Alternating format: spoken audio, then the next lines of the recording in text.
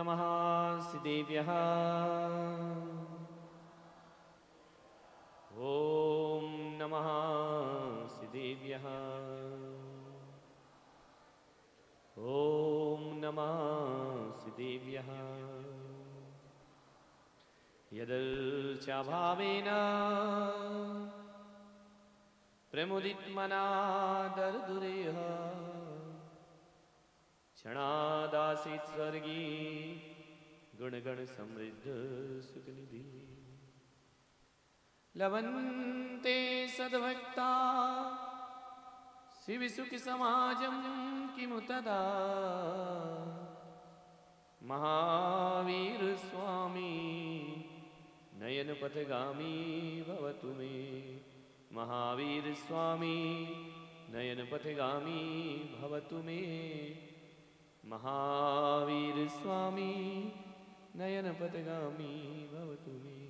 प्रथम तीर्थंकर ऋषभदेव भगवान की, भगवान महावीर स्वामी की, परम पूज्य गुरुदेव आचार्य श्री पुष्पदंत सागर जी महाराज की, उत्तम आर्जव धर्म की, अहिंसा परमो धर्म की।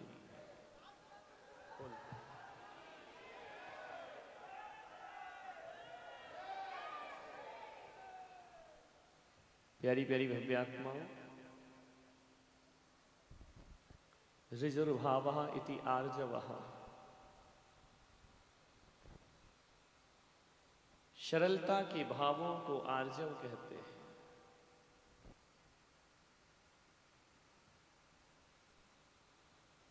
रंचक दगा बहुत दुखदानी, सुख पावे संतोषी प्राणी।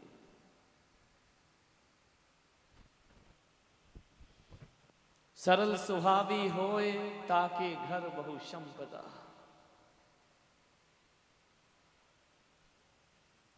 दूसरों को धोखा देने वाला खुद धोखे खाता है। आज का धर्म छल कपट से रहित का धर्म है, मायाचारी को छोड़ने का धर्म है। भगवान महावीर कहते हैं कि क्रोध गया, मान गया, माया बैठी है।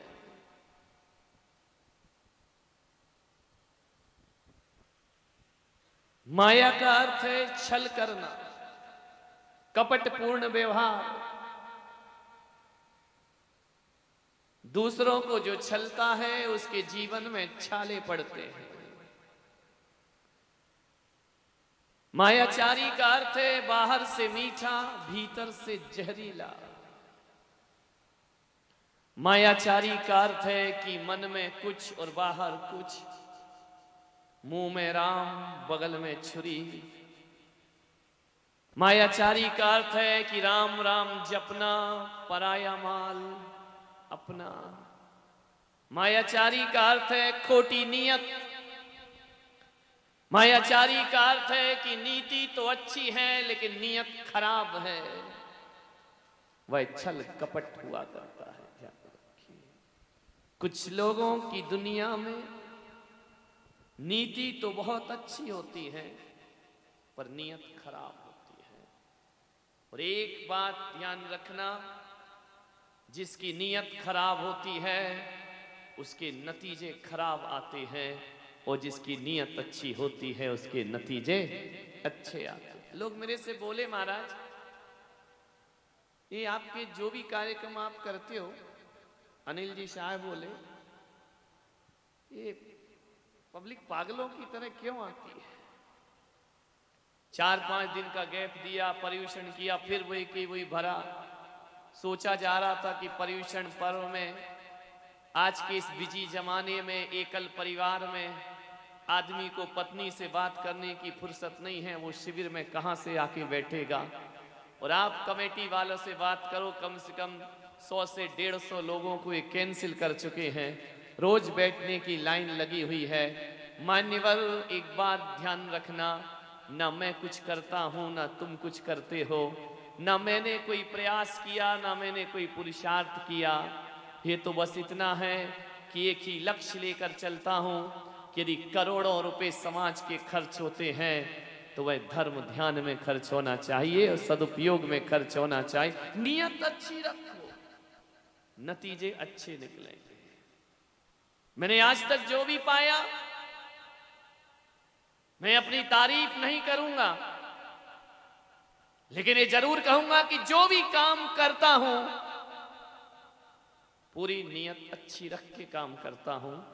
और हकीकत बताऊं, कभी कभी जब मैंने नियत खोटी की, रिजल्ट 0 आया। ध्यान रखिए, सत्य आज भी जिंदा है, धर्म आज भी जिंदा है, बस थोड़ा सा धैर्य रखने की देरी है। सोचो ना, जब यहां चतुर्मास हो रहा था, लोगों ने ना जाने कैसी कैसी बातें बनाई, कैसे होगा, होगा कि नहीं होगा, ये क्या करा पाएंगे नए नए लोग। मैंने कहा नहीं, चतुर्मास यही होगा। और एक बात याद ध्यान रखना, मैं चतुर्मास लोगों के भरोसे नहीं, अपने भरोसे करता हूं।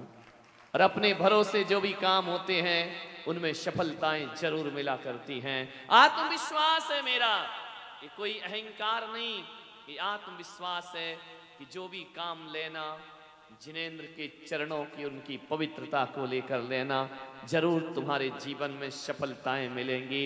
एक सा व्यवहार रखो, बाहर कुछ और भीतर कुछ, आर्जव धर्म नहीं आ सकता।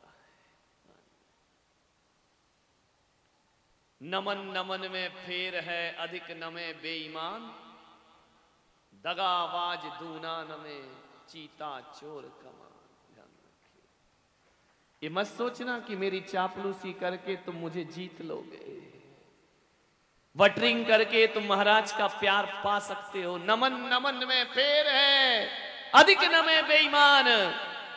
जो जितना, एक होता है ना सीसी, चिपकू चेला, ध्यान रखना, जो बिल्कुल चिपका ही रहता है, दूर ही नहीं जाता, महाराज महाराज महाराज, आप ही सदगुरुदेव, आप ही मेरे गुरु हैं, आप ही, और बाहर जाके गालियां।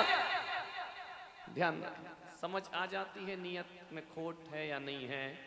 21 साल हो गए साधना करते, जो अपने को पहचानता है वो तुम्हारे चेहरे को भी पहचानता है। ध्यान रखिए, तुम हमें क्या मूर्ख बनाओगे।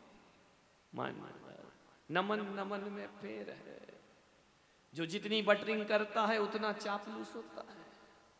जो जितने पैरों को पकड़े, चरणों की धूल माथे पे लगाए, न अधिक नमे बेईमान। ध्यान रखना, ऐसे आते बैयावृत्ति में गाया, तेरे चरणों की धूल बाबा चंदन गुलाल बने। मैंने अपने वर्कर से कहा कि एक बार इसको धूल दे ही दे, पता चल जाएगा चंदन गुलाल बन रही, ये फालतू की चापलूसी कर रहा है। एक आया, वो हर जगह मुझसे कहता, महाराज मैं तो आपकी चरणों की धूल हूं। एक बार सुन लिया, मैं आपके चरणों की धूल, मैं आपके चरणों की धूल, मैं आपके चरणों की रज हूं। एक दिन मैंने कहा इधर आ, भरी सभा में, मैंने कहा तू क्या है? बोले मैं आपके चरणों की धूल हूं। मैंने कहा मैंने भी आज तक तुझे इससे ज्यादा कुछ नहीं समझा है, तेरी औकात इतनी है, इससे ज्यादा कुछ नहीं बन सकता है, और मेरी नजरों में तू चरणों की धूल ही रहेगा, क्योंकि तेरे पास कोई सद्गुण नहीं है। ध्यान रखना, उस दिन के बाद उस आदमी ने कहना बंद कर दिया। वो सोचता था महाराज बड़े प्रसन्न हो जाएंगे चरणों की धूल कहकर, नहीं, चापलूस, अधिक नमे बेईमान। सावधान चापलूसों से, ये मीठा मीठा बोलकर हमारी जड़ों को काटा करते हैं। ध्यान रखिए, ऐसे आदमी होते हैं, ऐसे बहरूपिये चेहरे, जब भी जी चाहे नई दुनिया बसा लेते हैं लोग, और एक चेहरे पे कई चेहरे लगा लेते हैं लोग। ध्यान रखिए, ओरिजिनल फेस तो पता ही नहीं चलता। मंदिर का चेहरा अलग होता है, कमरे का चेहरा अलग होता है, घर का चेहरा अलग होता है, और महिलाओं का तो पूछो ही मत, रसोई का चेहरा तो बड़ा विकराल होता है। नहीं, यहाँ की महिलाओं की बात नहीं कर रहा हूं, सीकर वालों की, तुम्हारी तो अगले चौमासे में करूंगा। इतना विकराल रूप, कितने रूप बदलता है आदमी, गिरगिट की तरह रंग बदल लेता है। अरे गिरगिट तो 2 4 5 रंग बदलता है, आदमी तो पल पल में रंग बदल लिया करता है। क्षण भर दिखता है कि अपना है, क्षण भर बाद अपने का बुराई हो जाती है। एक क्षण को मन नहीं मिला, 1000 गालियां। बचो ऐसे चापलूसों से, ध्यान रखना। किससे आप छल करते हैं? घर गृहस्थी में करें तो ठीक, देवशास्त्र गुरु से छल। ध्यान,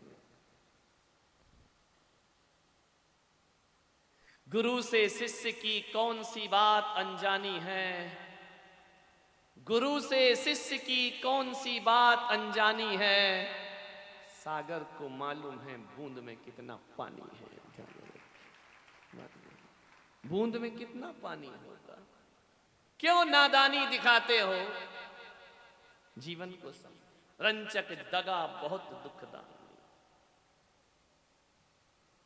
बगला भगत देखे होंगे, बगला नदी किनारे बैठता है, आंख बंद करके बैठता है, लगता है बड़ा ध्यान कर रहा है, बड़ा प्रभु का ध्यान कर रहा, लेकिन ध्यान प्रभु का नहीं, ध्यान काय का करता है?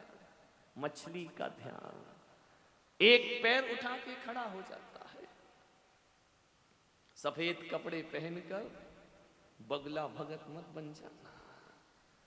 अरे भक्ति ध्यान बगले जैसा होना चाहिए। कहा है ना कि बको बको चेष्टा, क्या कहा पंडित जी, भूल गए। काग चेष्टा बको ध्यान। इतना भी नहीं भूलता हूं कि पूरे ही बताओ तुम। लेकिन हाँ, बुढ़ापा आने लगा है, मेमोरी कम होने लगी, लेकिन इतनी नहीं कि मुझे एससीजेन से पूछ पूछ के प्रवचन करना पड़े। ध्यान रखिए। काग चेष्टा बको ध्यान। बगले की तरह ध्यान करो, लेकिन बगले की तरह मछली का नहीं। आज आर्जव धर्म है।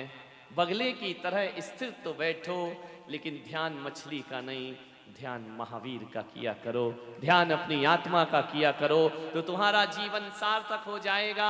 बाहर से अच्छा बनने से कुछ नहीं होता है, जिंदगी भीतर से अच्छी होना चाहिए। जिंदगी को भीतर से महान बनाइए। एक सेठ था, कभी मंदिर नहीं जाता, ना पूजा करे ना पाठ करे। सेठानी ने कहा कि कर्म जले, कम से कम पर्यूषण में तो चले जाया कर। 10 दिन तो एक से एक नास्तिक चले आते हैं, 10 दिन तो शमशान घाट के मुर्दे भी खड़े हो जाते हैं। और तुझे इतनी भी अकल नहीं, मैं 365 दिन मंदिर जाती हूं, 10 दिन तो धर्म ध्यान किया कर, एक आध माला फेर लिया कर। सेठ ने कहा चलो इस बार महाराज आए हैं, चलो चलते हैं। सुना बड़ा तामझाम उनका जमा हुआ है, बड़ी दुकान लग। आधे लोग तो इसमें यही देखने आए हैं कि यहां हो क्या रहा है। ध्यान रखिए, धर्म वरम से मतलब नहीं।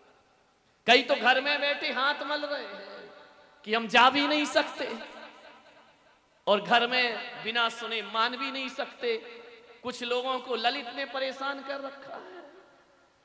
आने का मन बहुत है, अखबार में पढ़ लेते हैं, पढ़ेंगे जरूर, दिल है कि मानता नहीं। ध्यान रखिए, लेकिन आने की हिम्मत नहीं है।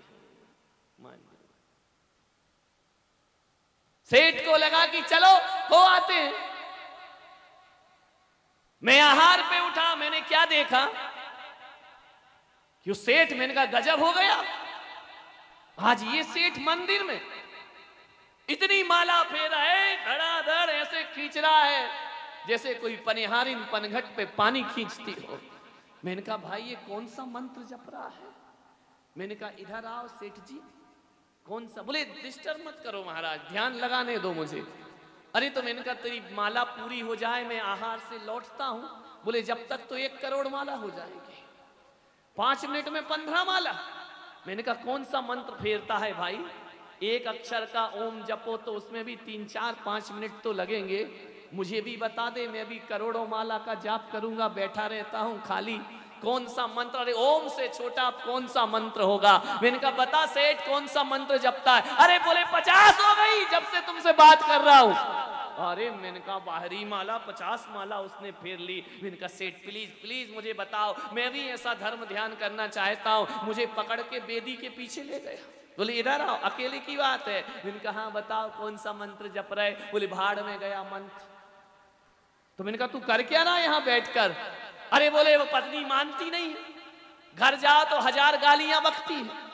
3-4 दिन से आने लगा, बावली बड़ी खुश है, इतनी खुश है जैसे उसे मोक्ष हो रहा हो, इतनी आनंदित है। घर जाओ तो पूछती है क्या खाओगे? पर्यूषण है, बोलो क्या खाना है? तुम मंदिर जा रहे हो, मैं तुम्हें अच्छा बना के खिलाऊंगी। बोले ऐसे भाग्य तो मेरे कभी ना जगे। अब पता चला कि मंदिर से फायदा क्या है, घर में इज्जत मिलती है, समाज के लोग जय जिनेंद्र करने लगे हैं, राम राम करने लगे, समाज में प्रतिष्ठा कालर चौड़ी। महाराज पीछे बैठता हूं तो समाज के आगे बिठा देते हैं। आज समझ आया ये पत्नी सही कह रही थी, लेकिन मैंने कहा वो भाड़ में जाने दे, ये बता जब क्या रहा था? तू ये रामायण सुनाने को लाया मुझे, या मंत्र बता कौन सा जपा? बोले मैं कोई मंत्र नहीं जप रहा था, मैं तो यहां बैठकर दुकान का हिसाब लगा रहा था। मैंने कहा मतलब क्या है? बोले घर में लगाओ तो ये किटकिट करती है, यहां तो बाजू वाला भी कह रहा सेठ जी ध्यान कर रहे हैं, डिस्टर्ब मत करो। बोले जितना अच्छा हिसाब यहां लगाओ उतना घर में नहीं लगता है। आज से रोज मंदिर आऊंगा, रोज वही खाते मिलाऊंगा। वाह रे आदमी बगुला भगत, मुंह में राम बगल में। एक महिला को मैंने देखा, अभिषेक हो रहा मंदिर में, वो अभिषेक देख रही, एक हाथ से माला जप रही, नमो अरिहंताड़म नमो सिद्धाड़म। एक ने स्वाध्याय किया तो बोले तू स्वाध्याय भी चालू रख। इधर अभिषेक देख रही, उधर माला फेर रही, इधर कह रही स्वाध्याय सुना दे जरा जोर से पढ़। जोर से पढ़ते पढ़ते एक सहेली आई, बोले बेट अभी चलते। मैंने कहा ये क्या 4 in 1? थोड़ी देर बाद देखा तो क्या हुआ, बच्चा रोया तो हथेली से थपकियां भी दे रही है, नमो अरिहंताड़म नमो सिद्धाड़म। 10 मिनट में घर पहुंच गई। मैंने क्या किया? बोले धर्म ध्यान किया। बारे धर्म ध्यान, मुक्त मनवा फिरे बाजार में माला फिरती। हाँ माला बनाई काट की तामे डाला सूत, माला बिचारी क्या करे जब जपने वाला कपूत। ध्यान रखिए, मान लिया कर का मन का डाल दे और मन का फिर आर्जव धर। छल कपट, मीठा बोलने वाले लोग, शकुनी बड़ा मीठा बोल, मीठा बोल बोलकर बहन के घर को सर्वनाश कर दिया, बर्बाद कर दिया। भांजे दुर्योधन इतनी मिठास से आवाज लगाता था, लेकिन दुर्योधन उसके छल कपट में ऐसा फंसा कि पूरी हस्तिनापुर की बर्बाद। एक बात ध्यान रखना ग्वालियर वालों, दीवाल को आला तो ससुराल को साला, ये दोनों काला करते हैं, ध्यान रखना। दीवाल में आला बना दो, एक दीवा रख दो तो आला काला हो जाएगा, दीवाल खराब हो जाएगी। दीवाल को आला खराब करता है, ससुराल को जोर से बोलो साला खराब। इन दो की बातों में कभी नहीं आना जिंदगी में। मानिए मिठास हो जीवन में, सरल भाव, सरलता। एक जलेबी भी मीठी होती है और एक गन्ना भी मीठा होता है, दोनों में मिठास है, लेकिन जलेबी बड़ी टेढ़ी मेढ़ी होती है, बिल्कुल टेढ़ी। रिजुता है ही नहीं, सरलता है ही नहीं, सीधापन है ही नहीं, टेढ़ी मेढ़ी है, गोल गोल घूमती है। और गन्ना कैसा होता है? बिल्कुल सीधा होता है। मैंने एक दिन सोचा कि गन्ना भी मीठा और जलेबी भी मीठी, लेकिन ये करम जली टेढ़ी मेढ़ी कैसे हो गई? कभी देखी तुमने लंबी जलेबी? अम्मा बनाती है लंबी जलेबी, उनकी तो हर चीज लंबी है। चौके में पहुंच गए तो फिर लंबा ही काम होना है, पूरा मीटर नपेगा ऊपर से नीचे तक, ध्यान रखिए। जलेबी हमेशा टेढ़ी मेढ़ी गोल।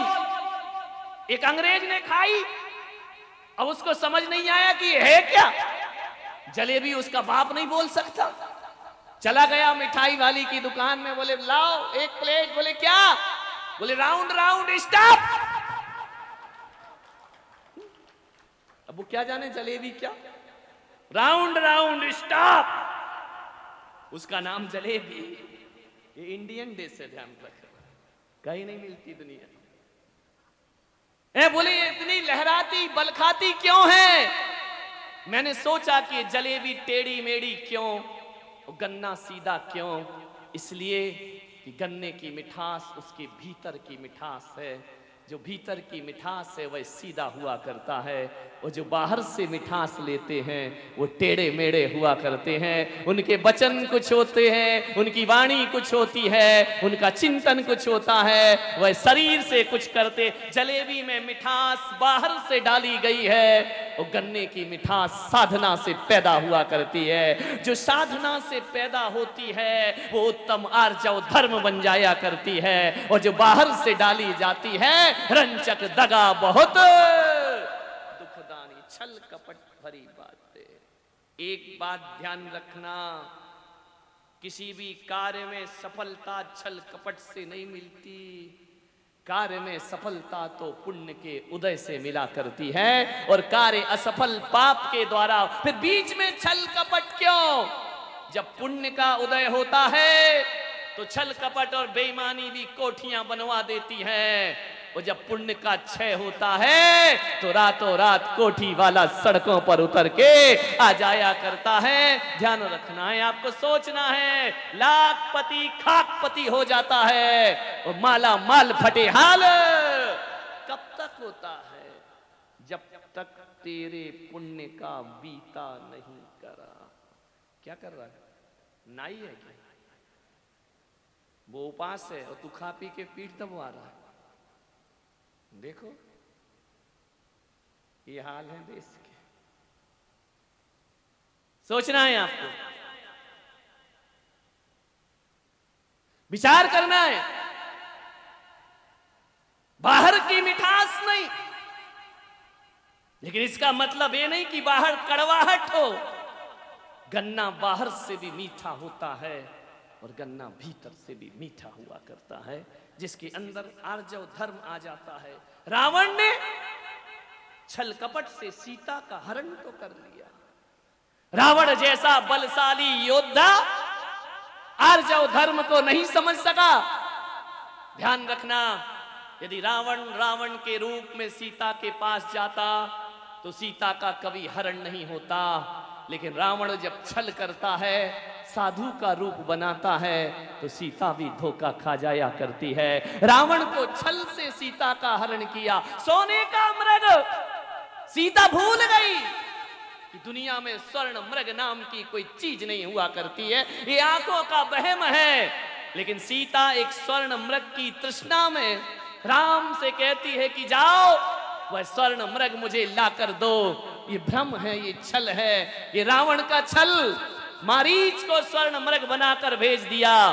सम्मोहित हो गई सीता उस मृग में, ये मृग मुझे चाहिए। चले गए राम। महिलाओं ज्यादा जिद मत किया करो, ध्यान रखो। सीता की एक जिद देखो कितनी दुर्दशा हुई।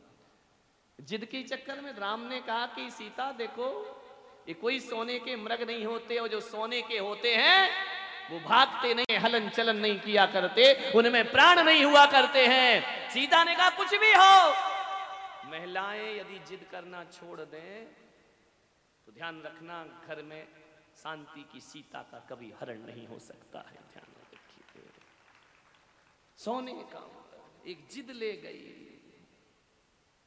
भ्रम छल। विचार करें, मंथुरा का छल कैकेयी को भड़काती रही कि राम को वनवास मिले, भरत को राज सिंगार। ये छल के रिजल्ट कभी अच्छे नहीं आए। राम भले वनवास चले गए, लेकिन इतिहास कहता है कि छल के द्वारा छीना गया राज्य 14 वर्ष तक अयोध्या का सिंहासन आंसू बहाते रहा, और उस सिंहासन पर कोई बैठने को तैयार नहीं हुआ। ध्यान रखना, नियत खराब तो नतीजा खराब निकलेगा। ध्यान रखिए। बचिए इन सब चीजों से। जो लोग भीतर की गांठ मिटा देते हैं उनकी जिंदगी बांसुरी हो जाती है और उससे निकलने वाले स्वर बड़े मीठे हो जाया करते हैं, बरसों स्मृतियों में गूंजा करते हैं। और जो गांठ बांध करके रखते हैं उनका जीवन बांसुरी का जीवन हो जाता है। बांसुरी बनोगे तो परमात्मा के गीत उठेंगे और बांसुरा बनोगे तो किसी अर्थी में लगाए जाओगे, अशुभ कहलाओगे और मरघट में पड़े रहोगे। बांसुरा मत बनिए, बांसुरा अर्थी में लगता है, बांसुरी ओंठों पे आकर लग जाया करती है। गांठ नहीं होती बांसुरी में, पोली होती है बांसुरी। भीतर से भी एक और बाहर से भी एक, याते तो कागा भलो भीतर बाहर एक। उस बगले से तो कौआ अच्छा होता है जो भीतर से भी काला होता है और बाहर से भी काला हुआ कर। छल मत करिए, ईर्ष्या मत करिए। मान्यवर, एक निवेदन, हमारी भाषा में छल है, हमारे बोलने में छल है, हमारी क्रियाओं में छल है, हमारे सोचने में छल है। छल मन वचन काय का छल जीवन को नाश करता। जिसने किसी को छला है रिजल्ट यही आया कि वो भी छला गया। एक बार क्या हुआ, मुल्ला नसरुद्दीन, उसको ससुराल जाना था, छुट्टी मिलती नहीं थी। रविवार की छुट्टी मिली। मुल्ला ने कहा आज छुट्टी है, चलो पत्नी को ले आता हूं। जैसे ही पत्नी को लेने गया, ग्वालियर के रेलवे स्टेशन पर पहुंचा। त्योहार का दिन, इतनी भीड़ कि ट्रेन की बोगी तो क्या ऊपर भी लोग बैठे। मुल्ला ने कहा जाना आज ही है, रिजर्वेशन हुआ नहीं, क्या किया जाए। मुल्ला ने थोड़ा सा दिमाग लगाया, शैतान था, खुरापाती था। जैसे ही प्लेटफार्म से बाहर निकला, मेला लगा हुआ था मेला ग्राउंड में, उसने कहा चलो सीट बनाना है, टिकट तो मिलना नहीं है। एक 2 आने का सांप खरीदा, चाबी भरने वाला, पूरी चाबी भरी, 5 मिनट सांप चलता था। चाबी भर के जैसे ही एक बोगी में छोड़ दिया, जैसे ही छोड़ा पैसेंजर घबराए, सांप सांप सांप सांप सांप। 2 मिनट के अंदर पूरा डिब्बा खाली। कोई अपनी पोटली लेके नीचे भागा, कोई अटैची लेके नीचे भागा, सांप घुस गया सांप। मुल्ला आराम से देखा पूरी ट्रेन खाली, आराम से सो गया। संगति नेमीचंद की रही होगी, आराम से सो गया मुल्ला नसरुद्दीन। 10 बजे सोया, 1 बजे उठा। उसने खिड़की से झांका, चाय बेचने वाला आया, बाबूजी चाय ले लो चाय।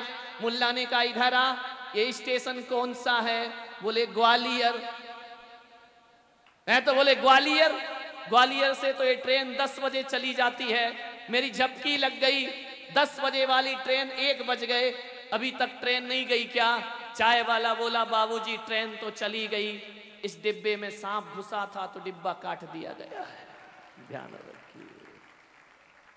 रंचक दगा बहुत दुखदानी, सुख पावे संतोषी प्राण।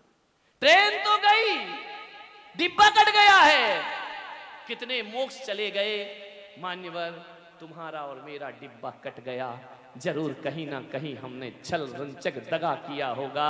जाने वाले मुक्ति को प्राप्त कर चुके और हम जैसे पंचम काल में पैदा हो रहे हैं। तो मुल्ला नसरुद्दीन कोई और नहीं, भीतर टटोलो तो हमारे परिणाम ही मुल्ला नसरुद्दीन हुआ करते हैं। जाने वाली आत्माएं चली गईं, हम आज भी वहीं अटके पड़े हैं। मुल्ला को शैतानी सूझी, उसने कहा कि ट्रेन तो गई, अगली ट्रेन पे बैठूंगा।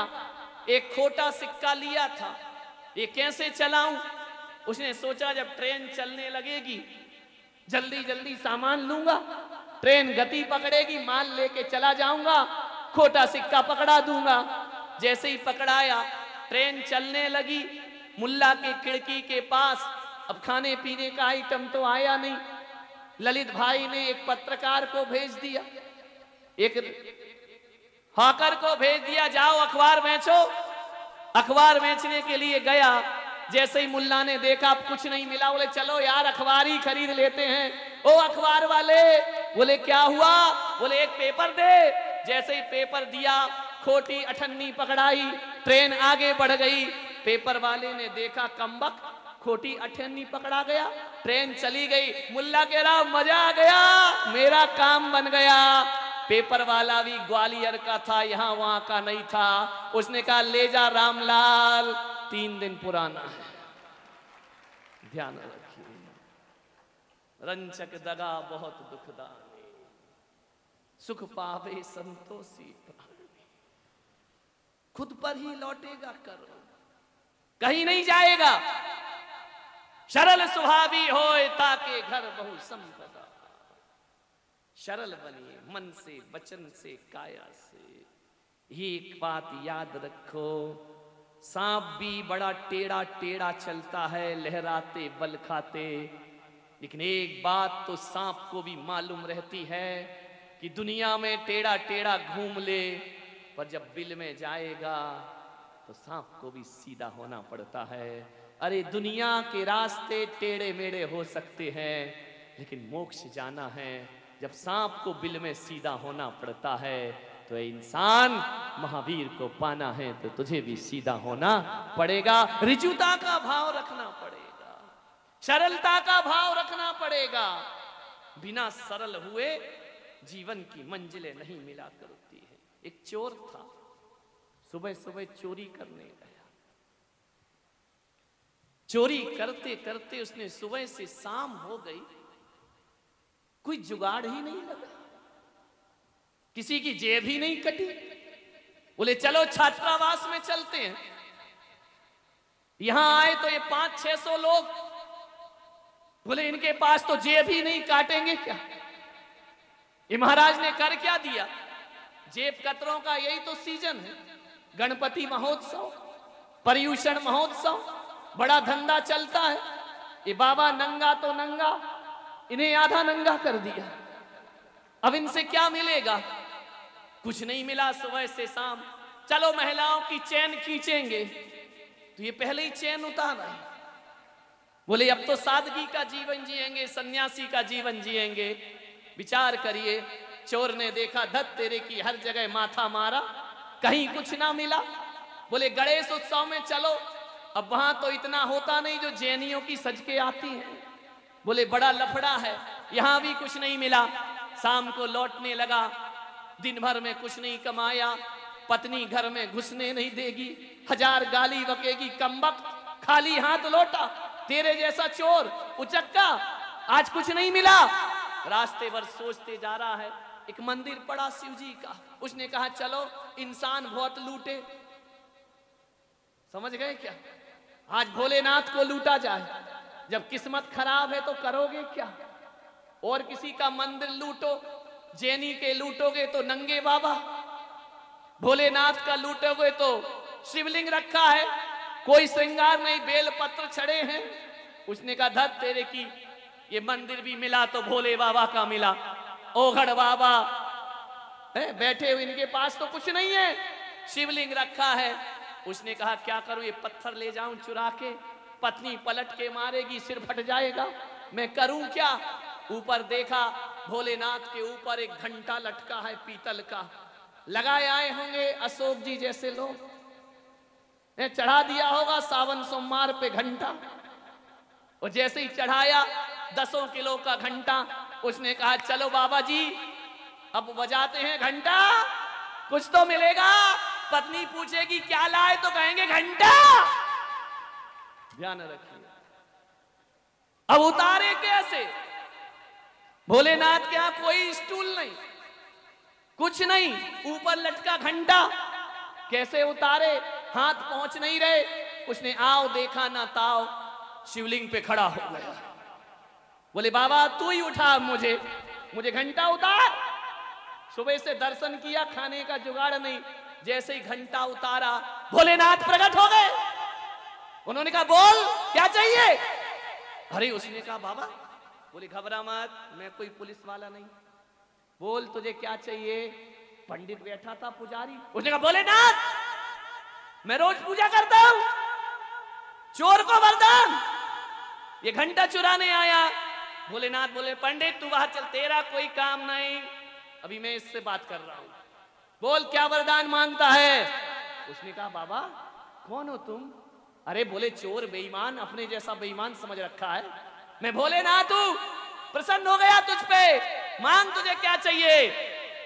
पंडित ने कहा देखो बाबा मैं रोज मंदिर खोलता हूं, ऐसी जान रहे होंगे, पत्र पुष्प चढ़ाता हूं, फूल चढ़ाता हूं, वरदान मुझे मिलना चाहिए, इसको नहीं अदालत तक ले जाऊंगा। भोलेनाथ ने कहा एक त्रिशूल पड़ेगा ना, सारा सुप्रीम कोर्ट यहीं बन जाएगा, निकल बाहर तू यहां से, वरदान तो इस चोर को मिलेगा। अरे उसने कहा बड़ा अंधेर है बाबा, चोरों पे खुश हो गए बाबा, जिस पे खुश हो गए तो हो गए। भोलेनाथ बोले तुझे ही वरदान मिलेगा। अरे पंडित बोला लगता है आज बाबा चलम ज्यादा ले लिए। बोले नहीं इसे ही वरदान मिलेगा।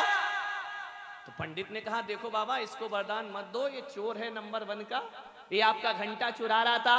बोले पंडित तू क्या करता है? बोल ये तो घंटा चुरा रहा था, तू आरती की रोज सिक्के चुराता है, सारा चढ़ावा खा जाता है। बोले बाबा मेरे कारण तुम्हारे मंदिर चल रहे हैं, नहीं तो कोई नहीं है। बोले तू करता क्या है? बोले मैं फूल चढ़ाता हूँ, मैं पत्र चढ़ाता हूँ, मैं पुष्प चढ़ाता हूँ। बोले नंबर 1 का बेईमान, चढ़ाता है और बनिए के बगीचे से चुरा के लाता है, तू भी चोर है, लेकिन वरदान तो इस महाचोर को मिलेगा। बोले क्यों? बोले तू पत्र चढ़ाता, पुष्प चढ़ाता, फूल चढ़ाता, ये तो खुद ही चढ़ गया,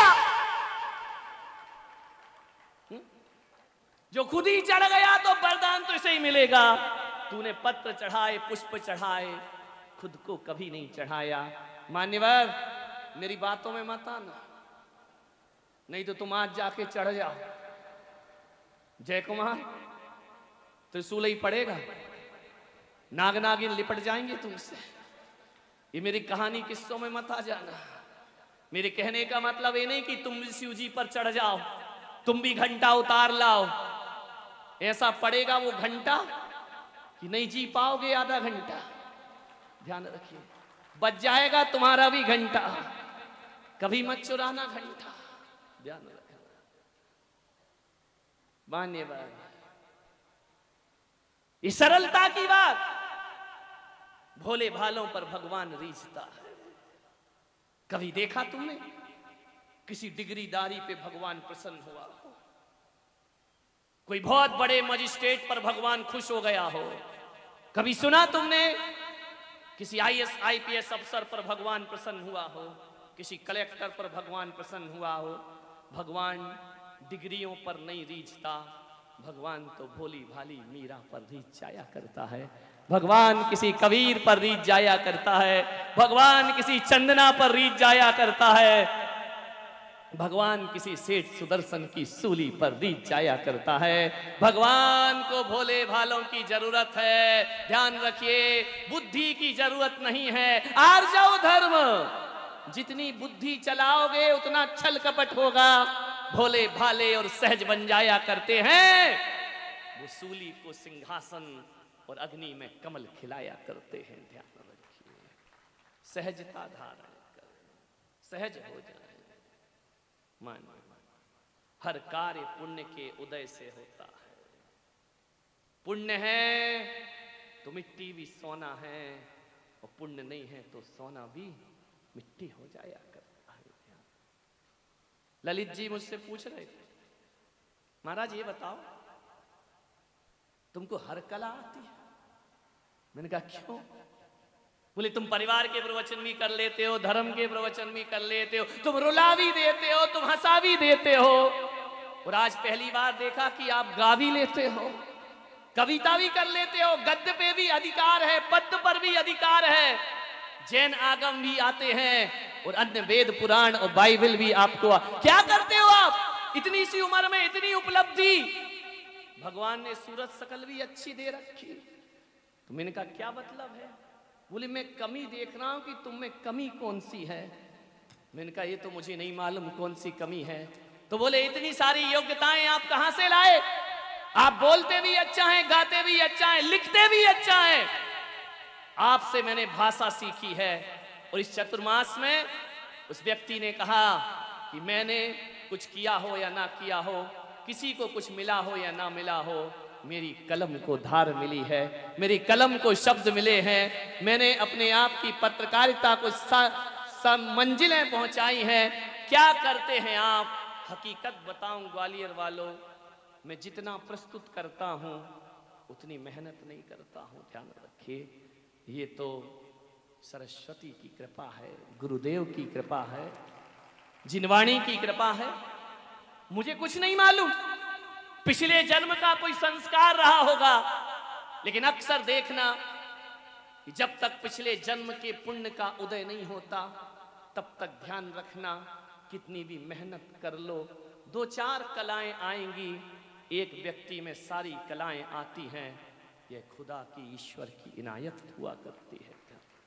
मेरा अपना इतनी मेहनत में करते ही नहीं, जो आ गया चिंतन में वो बोल दिया। कभी कभी डायरी में कुछ लिखा रहता है, बोल कुछ पढ़ता हूं, ध्यान रखना। मुझे होश ही नहीं क्या बोल रहा हूं। हकीकत में जब मैं बोलता हूं तो मुझे ऐसा नहीं लगता कि मैं बोल रहा हूं, ऐसा लगता है बाबा मुझसे बुलवा रहा है। ध्यान रखिए, उसके ही शब्द है, उसकी आवाज, उसका ही अंदाज, मेरा अपना कुछ नहीं है। सरलता से सब कुछ मिलता है। सरल रखिए व्यवहार, कपट मत करिए। मैंने एक बचपन में कहानी पढ़ी थी, स्कूल में पढ़ी थी। 2-3 मिनट है, समाप्त करो। बचपन में कहानी पढ़ी। जब मैं स्कूल में पढ़ता था तो एक हिंदी सब्जेक्ट था, उसके साथ एक और पढ़ाया जाता सहायक वाचन। अब है या नहीं मुझे नहीं मालूम, वह सहायक वाचन पढ़ाई जाती थी। उसमें एक कहानी आई थी 5वीं क्लास में, याद है मुझे। एक बाबा भारती थे, उनके पास एक सुल्तान नाम का घोड़ा था। वो घोड़े से बहुत प्यार करते थे, मुझे नाम भी याद है।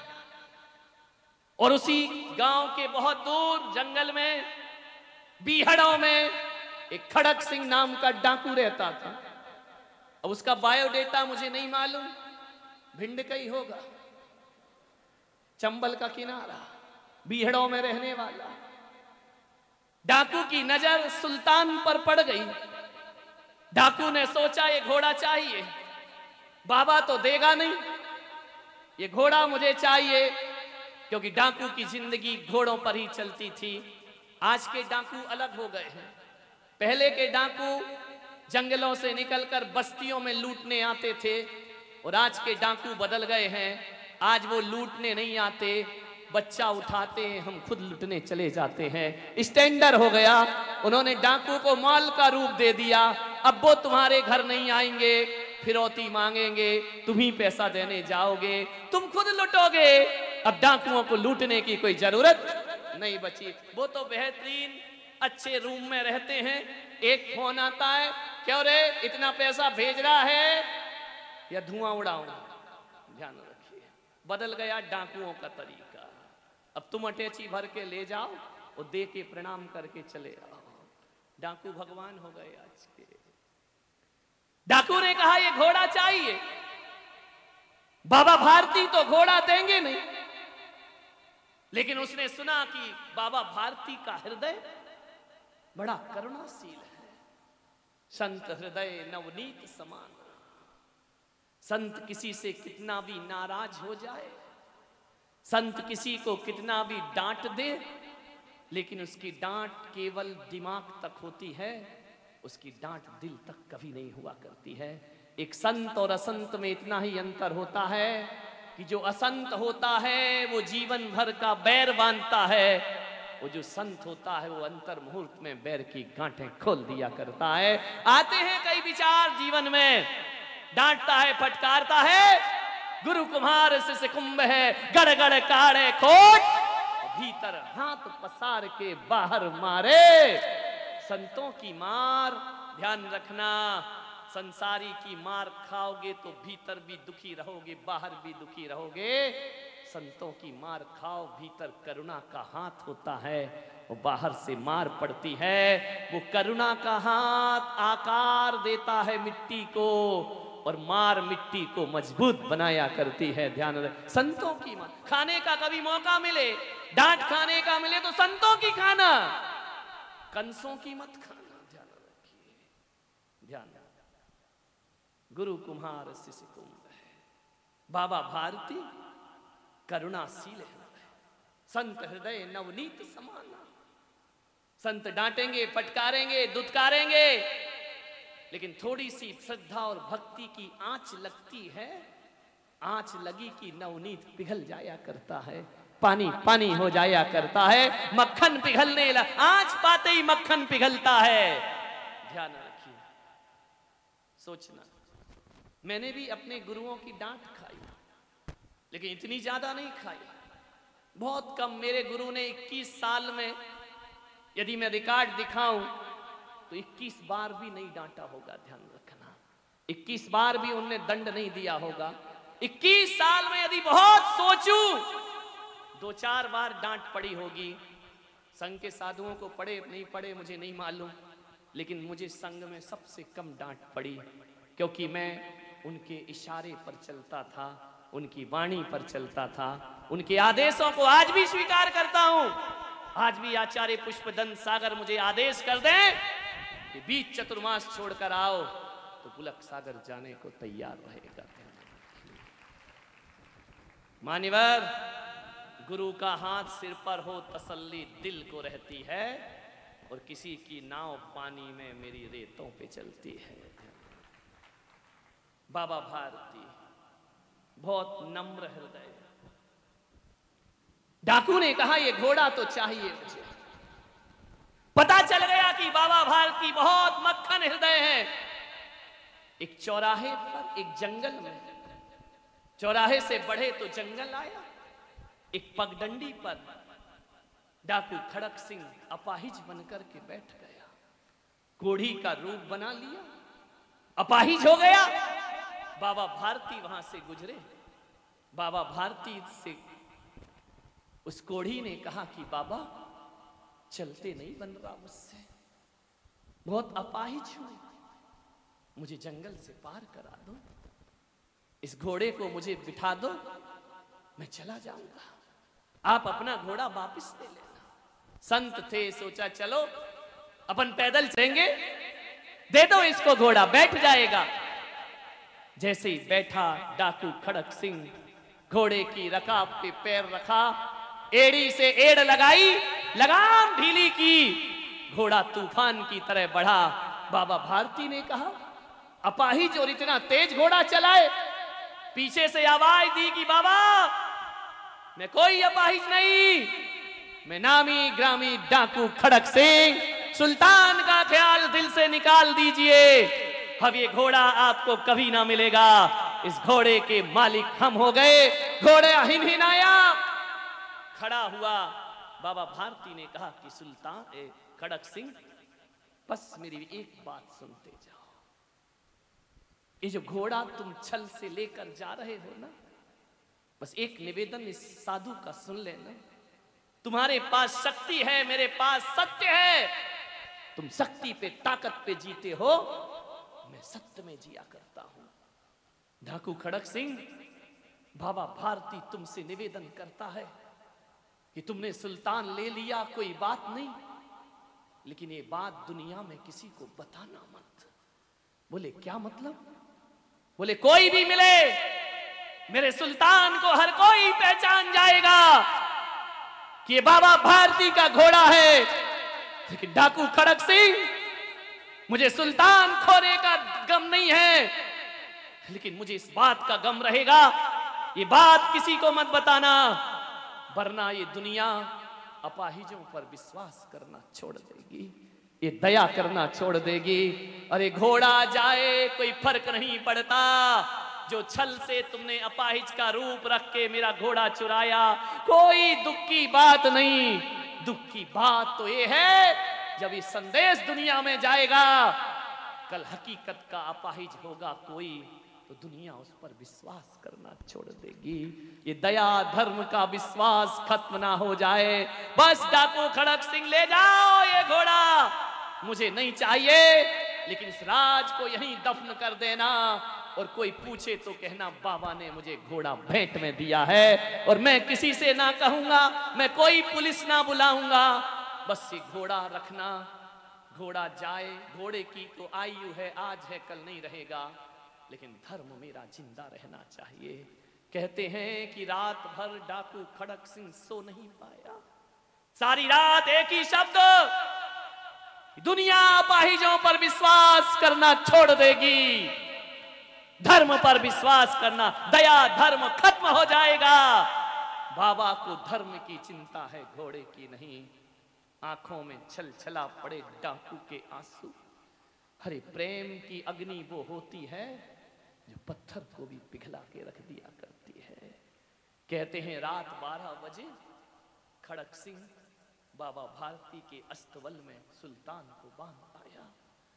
घोड़ा रात में हिनहिनाया। बाबा भारती ने देखा कि कोई स्वप्न देख रहा हूं, घोड़ा तो सुल्तान तो गया मेरे पास से। सुल्तान ने फिर आवाज लगाई। बाबा झोपड़ी से बाहर आए, सुल्तान की आंखों में आंसू। क्यों रे सुल्तान, तू भाग के आ गया मेरे पीछे? पीछे सुल्तान के खड़क सिंह खड़ा। बोले बहुत चोरियां की, बहुत सजाएं और दंड मिली, बाबा तूने तो मेरे अंतस को धो करके रख दिया। मैं रात चैन से ना सो पाया। हर घड़ी वही आवाज गूंजी कि दुनिया धर्म पे विश्वास करना छोड़ देगी। इससे बड़ा अनर्थ दुनिया में कोई और ना होगा। ग्वालियर वालों, मैं भी आपसे कहता हूं, छल कपट जो भी करना हो घर गृहस्थी में करो। देव शास्त्र गुरु से कभी छल कपट मत करिए, साधर्मी से कभी छल कपट मत करिए, वरना ये दुनिया धर्म पर विश्वास करना छोड़ देगी। ध्यान रखिए, धर्म बड़ा है, व्यक्ति नहीं। कोई इंसान बड़ा नहीं होता, सबसे बड़ा तो धर्म हुआ करता है। धर्म क्षेत्र में कभी छल कपट मत करो, यही आर्जव धर्म तुमसे निवेदन करता है। ध्यान रखिए, आप सबसे यही आग्रह। समय आपका 5 मिनट ऊपर हो गया है, क्षमा चाहता हूं। और यही कहूंगा, आज पूरे दिन सरलता में जीने का प्रयास करें। ओम ह्रीम उत्तम आर्जव धर्मंगाय नमः। ओम ह्रीम उत्तम आर्जव धर्मंगाय नमः। ओम ह्रीम उत्तम आर्जव धर्मंगाय नमः। ओम ह्रीम उत्तम आर्जव धर्मंगाय नमः। ओम ह्रीम उत्तम आर्जव धर्मंगाय नमः। ओम ह्रीम उत्तम आर्जव धर्मंगाय नमः। ओम ह्रीम उत्तम आर्जव धर्मंगाय नमः। ओम ह्रीम उत्तम आर्जव धर्मंगाय नमः।